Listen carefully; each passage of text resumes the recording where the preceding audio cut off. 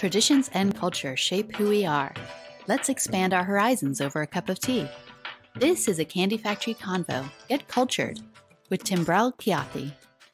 Good morning. Hi, everyone. I'm Timbrel Kathy of the Get Cultured podcast. And today I will be interviewing Anne Beiler, the founder of Anne's Pretzels Incorporated.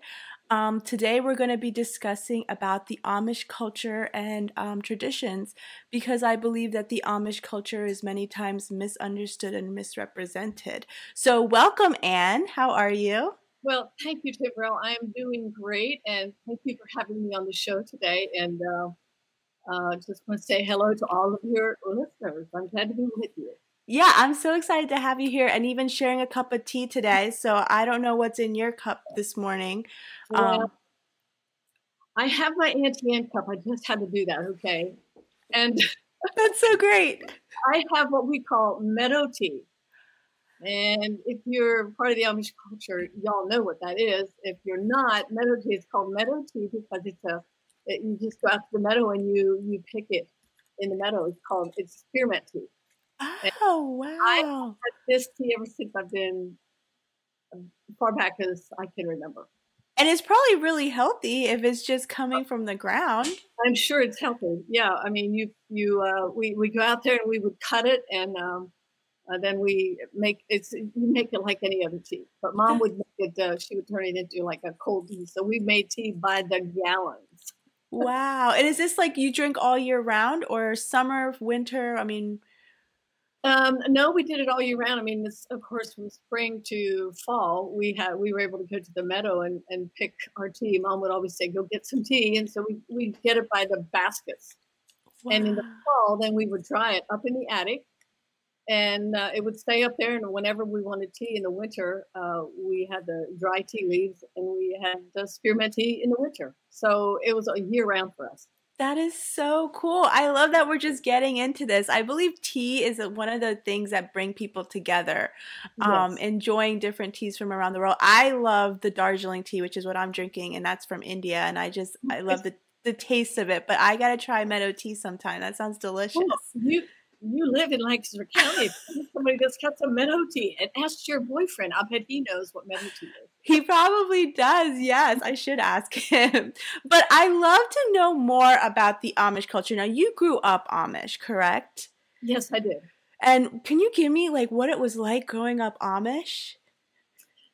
So I was from the time I was born until I was 3. My mom and dad were old order Amish, which means they drive the horse and buggy, no cars, no electricity, none of the extras that everybody else had, So at the age of 3, my mom and dad left the old order Amish because my dad wanted to farm with tractors. He did not like horses. And Dad was always a little bit on the wild side. He was always pushing the envelope. And he and Mom then went to the Amish Mennonite Church, which is one of the ways that they distinguish themselves from the Amish people is that we were able to have a car, but it had to be black. And Dad was able to farm with a tractor, and we could have electricity and a telephone. So that was the major difference. Now, if you want to get into the weeds of all of that, there's a lot more. Okay. But that was the major difference. And instead of meeting in church homes like they do still today, the Amish people, they have districts. And so when we went to the Amish Mennonite church, then we actually went to church every Sunday to a church building in Leola, Pennsylvania. That's where I'm from. What a small world. Yeah. Wow. Okay, well, we're going full circle today. That's where I live for many years, in that area. Wow, that's so neat. So how did the Amish community come to America, like historically? What's the background with that? Well, it was around 1700. I actually I wrote some of that down. Let me see if I can find what I got. Wow. So it was around the 1700s. They were persecuted for their belief. And they came to America, I think it was 1710, to flee religious persecution. And so they settled in Lancaster, Pennsylvania.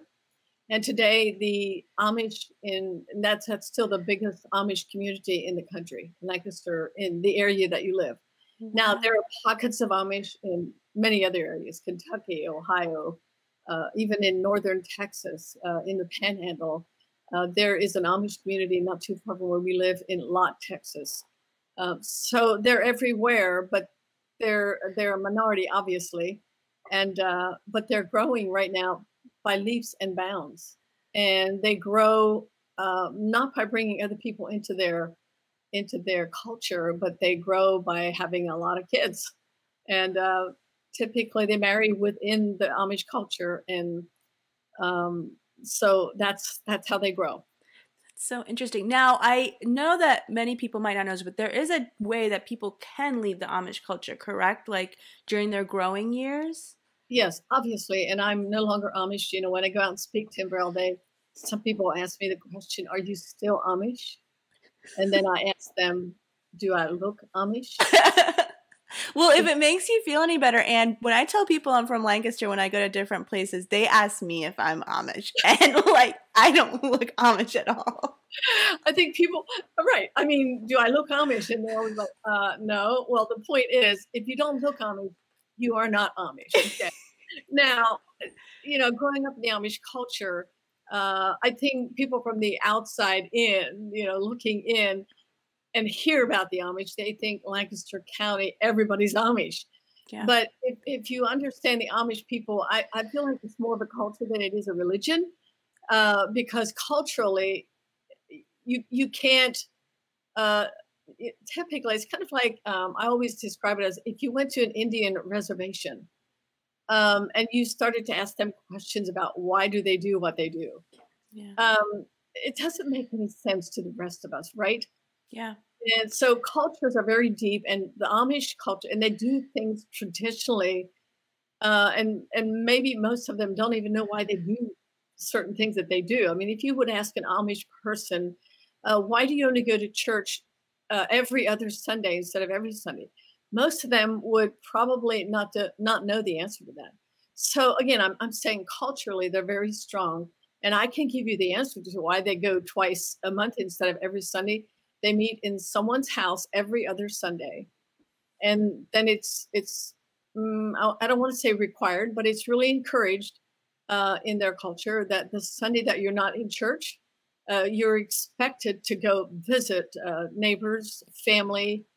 Maybe you have a family that lives 20 or 30 miles from you, and it's required of you to take your horse and buggy wherever you go on a Sunday. Interesting. And to visit, because they believe that community and family is the most important thing in this world other than God. That's so beautiful. So that's why they have church every other Sunday. And again, there's so many questions that people have about Amish people. And so think about it as a culture, not so much a religion, even though they do believe in God. They do believe in God's son. They believe in Jesus being God's son. They're in the Christian religion, but the culture that you see them living in, I mean, that's cultural, strictly cultural. That's so interesting.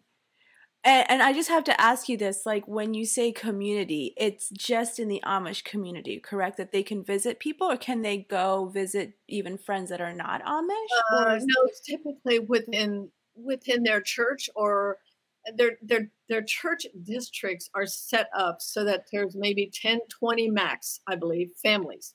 Okay. So that means that there's Amish communities all around you, and you can either visit within your community, your district, or you can go out and visit other people in another Amish district, but typically it's with their own people. So interesting. Now, I also know with the way people dress that are Amish. Can you explain that a little bit more? Why, you know, they wear the clothing that they wear that people think are outdated in many thought patterns, I guess. And of course they are outdated. They have, you know, they have never changed their code of dress. That from the time you are born, when you're a little girl, a little boy, you dress in the very same clothes, the style as you do the day you're buried. Like right behind me, I have, in fact, I want to show this to your audience. I have Jonas's, my husband. He grew up Amish as well. Can you see that well, Timbrel? Yes, I can. So this is his first Amish suit.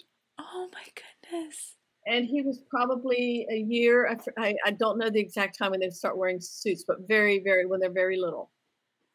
And wow. They're always homemade, handmade. And they wear that very same style suit throughout their entire life. Wow. Nothing, the styles do not change. Isn't it strange? It is. And again, when they're buried in a suit like that. I mean, obviously it's bigger. And then I also have his very first hat. No, I'm sorry, not his first one. This was the hat he had when he became an adolescent. Wow. So, I mean, those of you who know what an Amish people are, you see them wearing these hats. Yeah.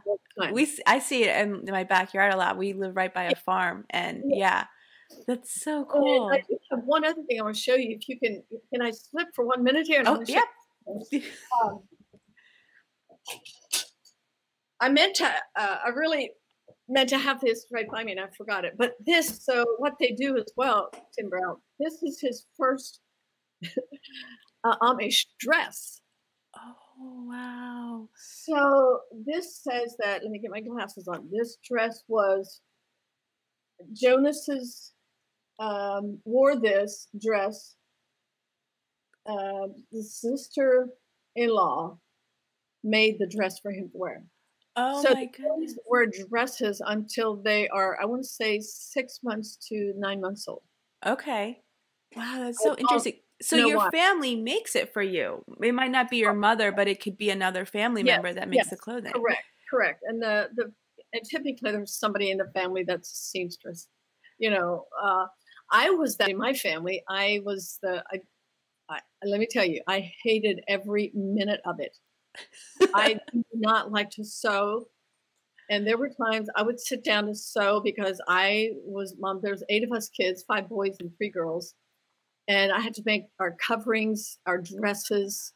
Now coats, we could buy like outer coats. But anyway, everybody has someone in their family that does the sewing. And I was the one in my family. And I was never good at it. I could never make my dresses as neat and proper as somebody else made their dresses. And I always felt I would sit at the sewing machine and cry because I did not like to do that. But, oh my goodness. But hey, listen, you never complain, or you never tell mom you don't want to do this.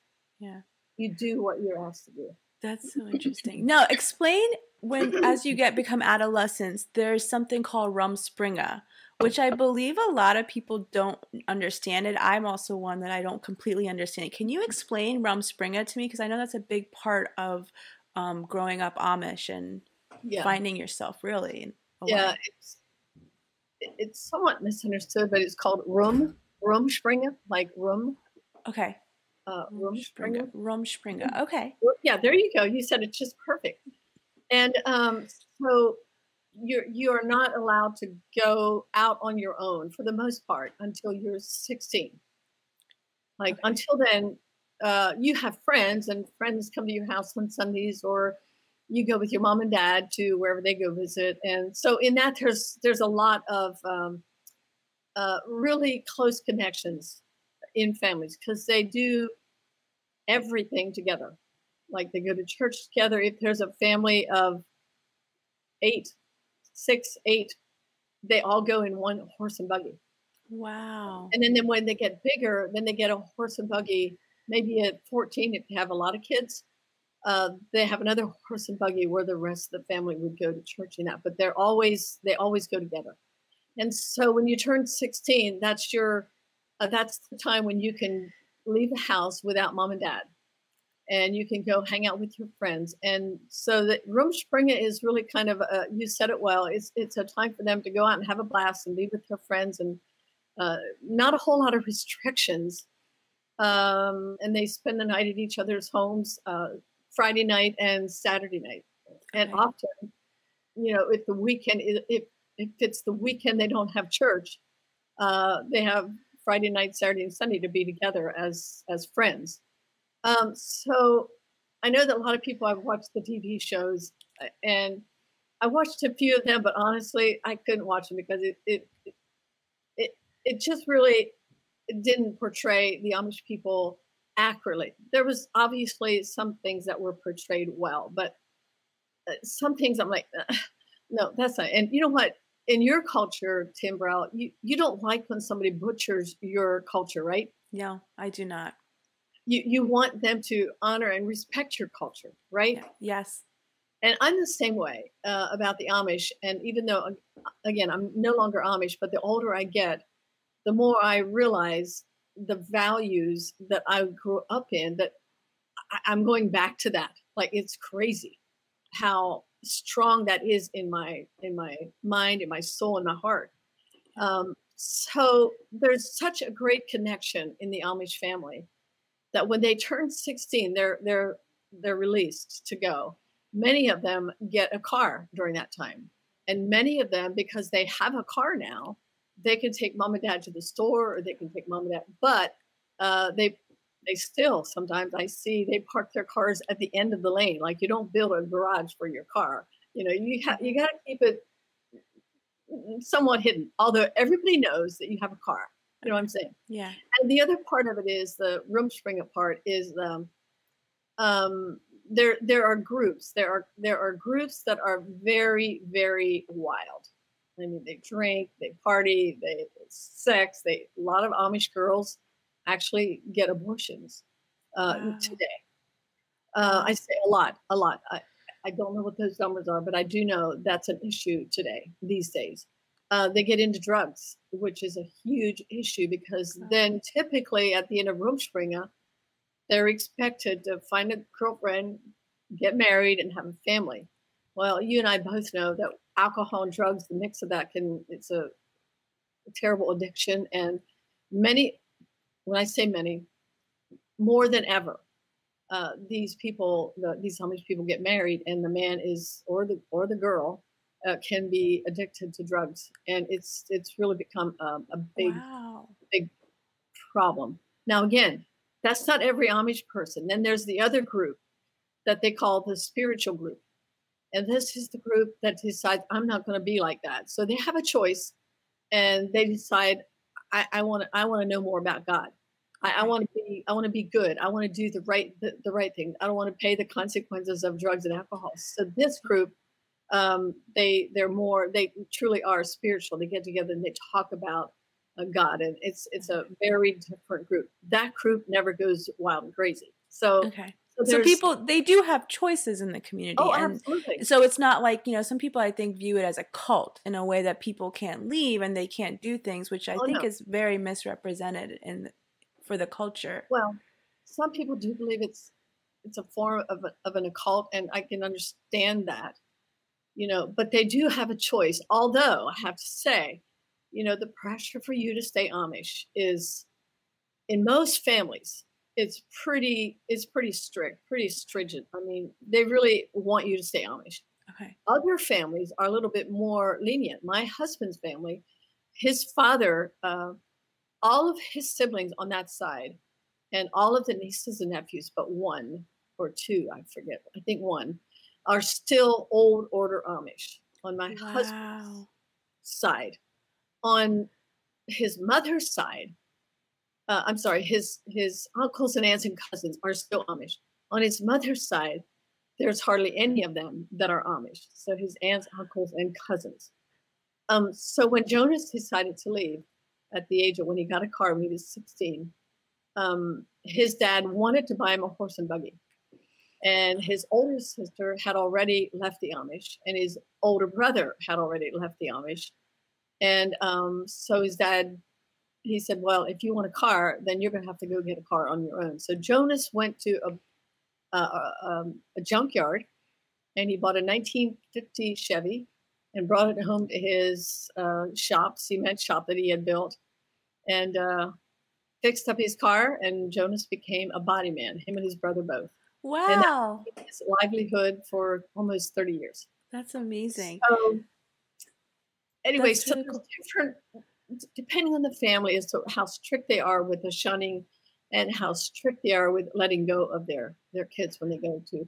There's really only up to 5% of the Amish people that ever leave the culture.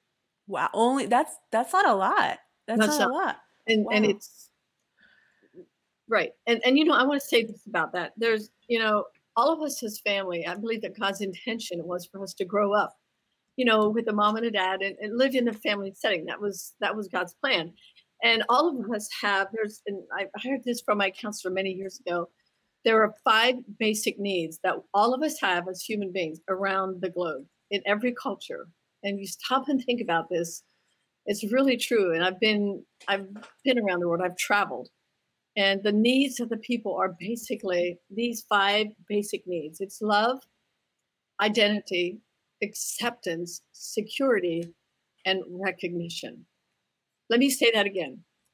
All of us want love, identity, security, acceptance, and recognition, right? Yeah. And I believe like with our culture, it's a lot of who we are and how we grow up. And that's why to me, culture is so important. And people to understand culture, because the more people understand culture, they understand humans and why we do a lot of things that we do. At least that's how I see it. And what you say, I think, is a lot of the same vision. So true. I have to ask you, because I know we're running out of time, but food-wise, I know, what is one food in the Amish culture that is just very special or unique? Okay, so an Amish meal in my growing up years was roast beef, mashed potatoes, and a vegetable. Okay. As far as desserts, the shoe-fly pie the Amish people would be known for the shoe-fly pies. That is it sounds weird, but it's simply a light molasses. And then there's with brown sugar, there's eggs, and there's brown sugar water, eggs, and baking soda. And then it's on there's a crumb top. It's like flour, brown sugar, and Crisco or lard. Anyway, it's more like a coffee. I describe it as a coffee cake, but it's called shoe-fly pie because it's baked in a crust. And the Amish people, they all have, almost any time that you go to an Amish house, you could probably find, and they might serve you a shoe-fly pie. And you can eat it for breakfast with coffee, or if you like, or you eat it as a dessert with ice cream. It's kind of an all-day kind of a dessert. So that's very common in the Amish. And then also they make Snitz Pies. Have you ever heard of Snitz Pies? No, I did not. Okay, they're dried apples. They're cooked and then they're put through a strainer. And it looks like a brown applesauce, but that's called a Snitz Pie. Interesting. My favorite, it's a whoopie pie. I am a sucker for whoopie pies. It's my favorite. I call it the Amish macaroons. A great way to describe it. Yes, I love that. Yeah. And then, of course, I have to bring up soft pretzels because you really changed culture with bringing the soft pretzels, I believe, into mainstream. So that is also an Amish snack, I believe, correct? Yes. And did you learn to make that from your mother, or how did you start making I never made a soft pretzel in our home. I was the baker as well as the seamstress, but I made cookies, pies, cakes, and that was my puddings, and that was my forte. I loved baking things. But we never made a soft pretzel in my home. Now, the only soft pretzels that I ever had before Auntie Anne's was the Philadelphia Street soft pretzel. Oh my goodness! Or the J&J soft pretzel. I don't know if they're still around or not. Or like the Bavarian soft pretzel. So soft pretzels have been around since 610 AD. Okay, but I never made a pretzel until I was 40. And I learned how to make a pretzel when I went to work at a farmer's market to manage a pretzel stand in Burtonsville, Maryland. And the history of the pretzel, the reason it is really a German snack. It was created by the monks in Germany in 610 AD. And the kids, when they went to a monastery, when they went to school, the monks would teach them how to say their prayers. And when they said their prayers correctly, they would get what they called a little reward, pretiola. And they would take leftover bread dough and roll it out into strips and then they would fold it like arms in prayer. And so when you see an Auntie Anne pretzel, it is really it's really meant to be a little reward. The three holes in the pretzel represent the Father, Son, and Holy Spirit. And the twist in the pretzel is the folded arms in prayer. And the salt is, you're the salt of the earth. Wow. So the pretzel really has a very spiritual significance. And I didn't even know that until after we had started our company. But wow, when I discovered that, I'm like, oh, okay, I know that this will be blessed by God. There's no doubt in my. Oh, wow. That's so cool. So, I mean, the pretzel has a lot of culture meaning to it then as well. In the German culture. Now, bringing up the German culture, you brought that up, but Amish people are normally they call them Pennsylvania Dutch, correct? Oh, so yes. do you speak German, Dutch? What do you speak? Well, it's Pennsylvania Dutch is the dialect of German. So, okay. What I would say to you right now, thank you for having me today. I would say, thank you for me Haverheit. Thank you so feel. That means thank you for having me today. Thank you so much. So it's a dialect of German, but if I go to Germany, I mean, I am butchering up terribly the German language, and they don't like to hear us speak Pennsylvania Dutch. Oh, no. So it's kind of like, it's really in the Amish culture. If you go to Ohio, they speak Pennsylvania Dutch, but it's even there, it's a different dialect almost. They have different ways of saying things. So Lancaster County, Pennsylvania Dutch is kind of its own thing, although that language is throughout the Amish community wherever you go. Interesting. Did that make sense there? It did. Like, so the dialect kind of started in Lancaster and has kind of progressed throughout with the culture moving. Yes, with the Amish people coming to America, and that has diluted the German. Although as a kid, when I went to church, it was all German. Everything was in German. And I remember I learned the 23rd Psalm, and I learned the Lord's Prayer, a few Bible verses that I learned in High German. I can still say that today. Wow. And the sermon was High German, and I mean, and we sang High German. And I remember I was probably 6 or 7 when we switched from High German to Pennsylvania Dutch.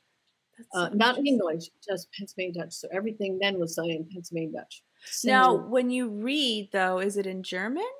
I can do German or Pennsylvania Dutch. That's so interesting. Yeah. So I speak High German. I don't do that. I mean, I can say a few words in High German, but that's so cool. I love learning about cultures. I just think it opens up your mind and your heart too to so many new things. And a lot of cultures. So there's a lot of cultures like the Amish culture I can see is really based on like religion.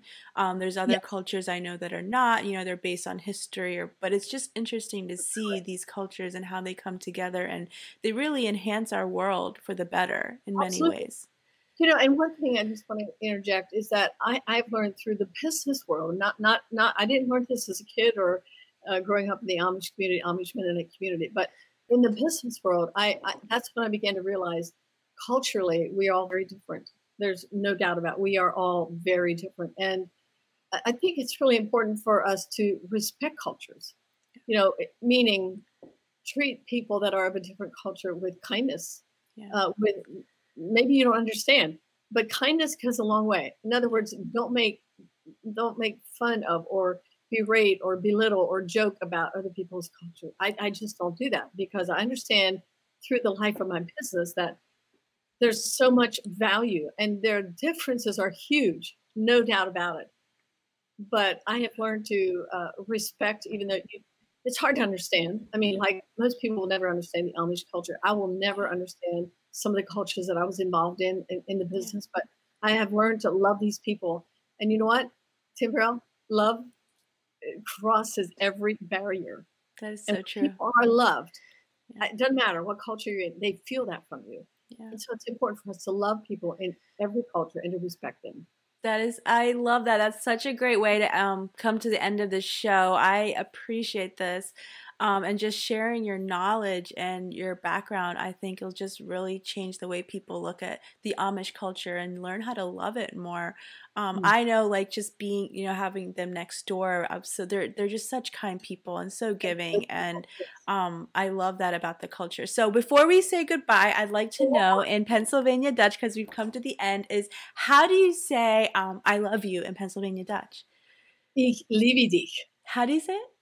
Ich liebe dich. Ich liebe dich. Ich, I-C-H. Ich. Ich. Ich. Ich.